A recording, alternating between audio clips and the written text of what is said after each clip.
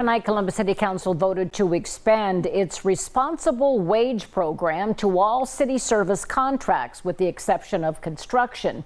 The amendment means moving forward, anyone working under a city contract will be paid a minimum of $20 an hour.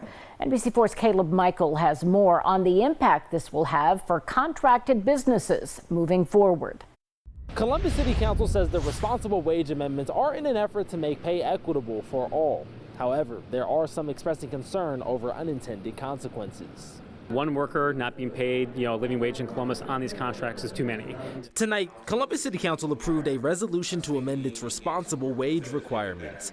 Moving forward, all employees on city contracts, with the exception of construction, will be paid at least $20 an hour. We're actually removing those exemptions and saying it doesn't matter how big of a employer you work for, how small, what kind of contract you're doing for the city, that you're going to get paid the responsible wage to make sure that workers are paid fairly when they're doing city work.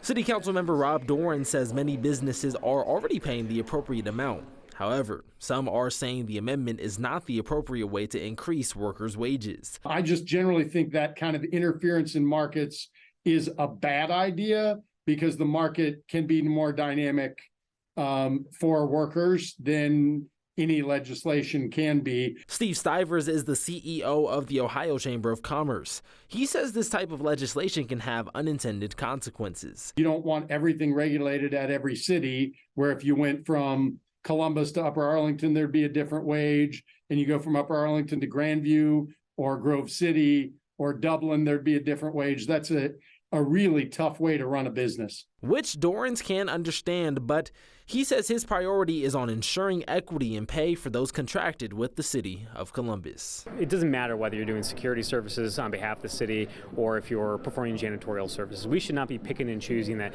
certain people are going to get paid a living wage and certain aren't.